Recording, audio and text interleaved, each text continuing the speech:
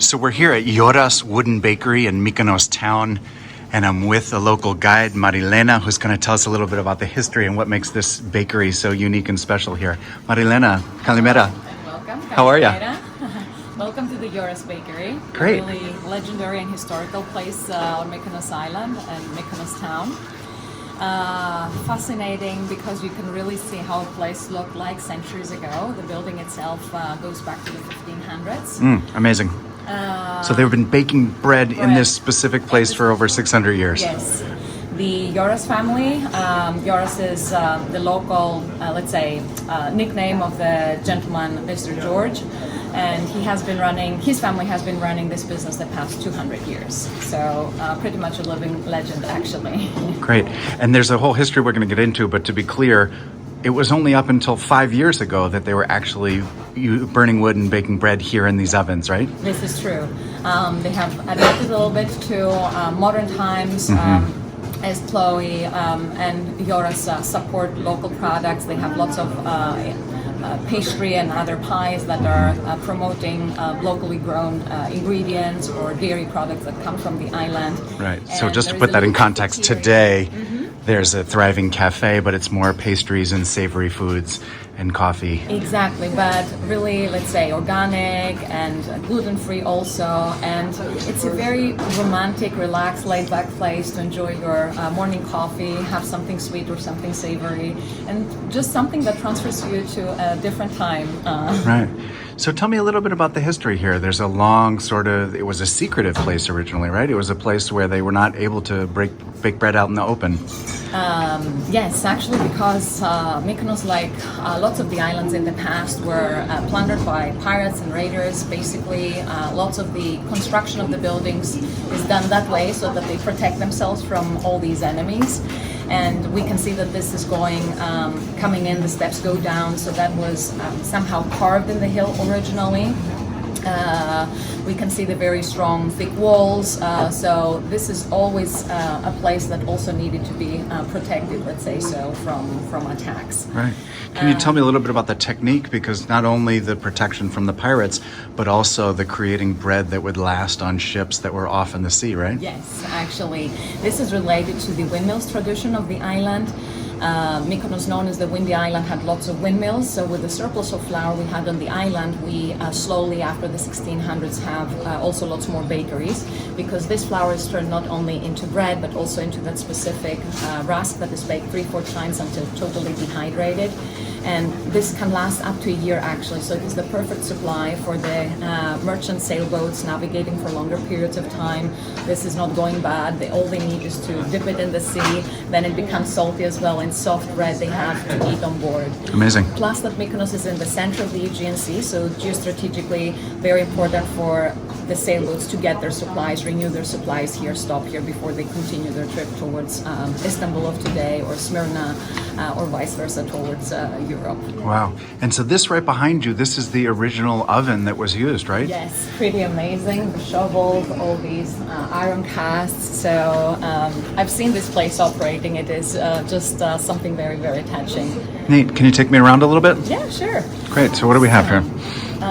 So apart from the beautiful little areas, first of all, you can see how big the oven is. And this place never cooled down, never really cooled down when it was operating. So let's say there was a Sunday that they were not baking, you could touch that and it was still warm.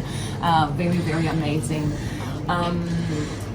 Then, of course, most areas of the bakery now are covered with those little beautiful tables. You can enjoy your breakfast and coffee here, but taking a moment and looking around, you see the traditional way of constructing those buildings in the previous centuries. You have the arches that supported the ceilings, you have the traditional ceiling with the wooden beams, the reeds in between, seaweed, and a mixture of plaster on top for insulation. That was the traditional way of making the roofs. And those amazing thick walls with the many layers of the plaster and the lime wash over the centuries that creates this rough surface. It's something that, it's just connecting you with the past and is still part of modern history. And were they also trying to sort of hide the smoke and conceal what was happening in here back in the day? I'm not really sure about that and how they would achieve that, but for sure for somewhere the smoke had to exit the building. Yes. So Great. yeah. Let's see a little bit further, of course.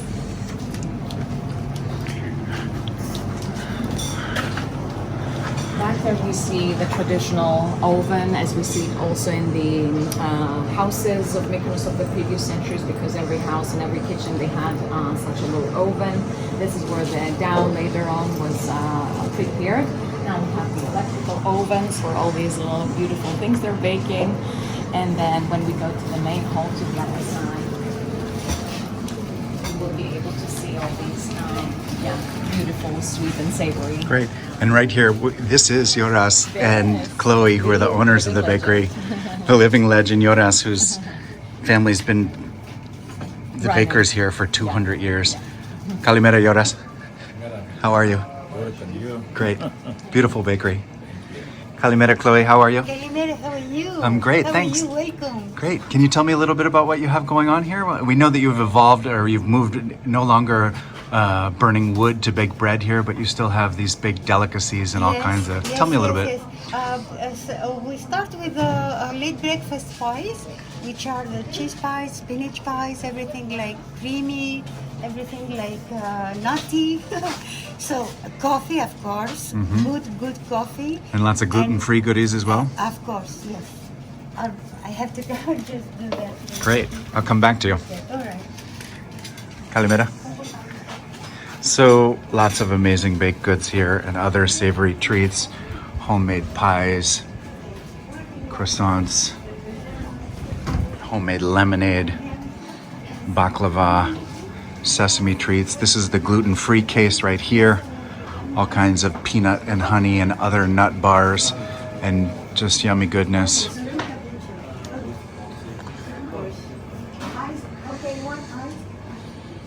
Great. So Mariela, were there any other parts of the bakery or the history that you wanted to make sure we didn't miss here?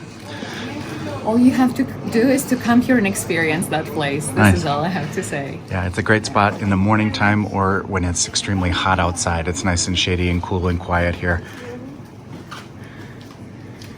And it's a beautiful spot. Mariela, thank you so much for joining us. You're welcome. So at Santorini Dave, we are attempting to not only review hotels and restaurants, but also turn people on to all kinds of great stories. Wait, Chloe, you were telling me about your relationships with the farmers and sort of the products that you're using? Yes, we try to support the local community. All the products we can find on the island, we just use them, we happily use them.